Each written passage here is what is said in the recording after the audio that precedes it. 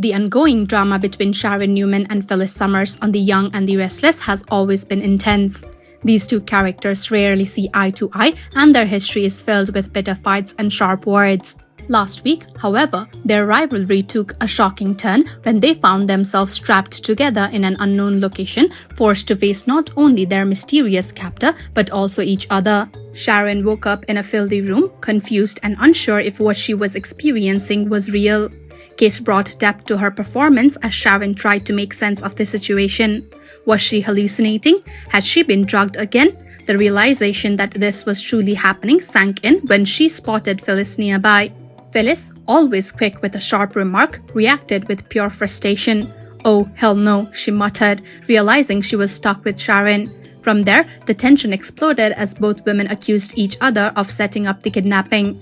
Instead of working together to escape, their deep-rooted dislike for each other took over. Sharon angrily exclaimed, "Of course, I would have to get trapped in a room with you of all people."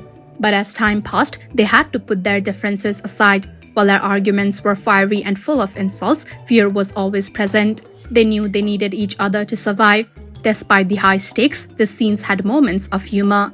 Sharon's sarcasm shined when Phyllis failed to pick the lock with a hairpin. "Did you break it?" she teased. Phyllis shot back, "Did you just stand there doing nothing?"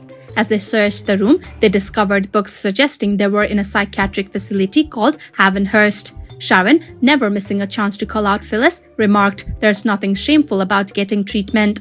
What's shameful is making life miserable for everyone around you." It became clear that their captor wanted them to fight, and the plan was working.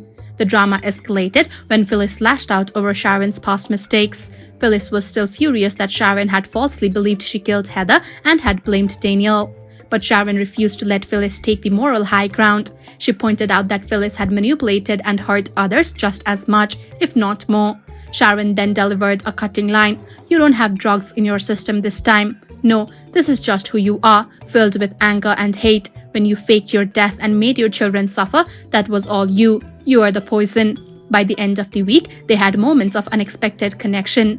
At one point, they even woke up side by side on the sofa, having unknowingly leaned on each other during the night.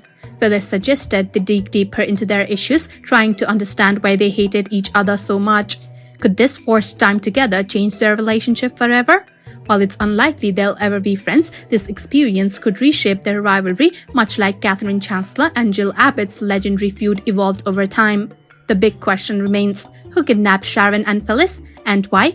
Was this entire ordeal designed to force them to face their past? If so, it might just be working.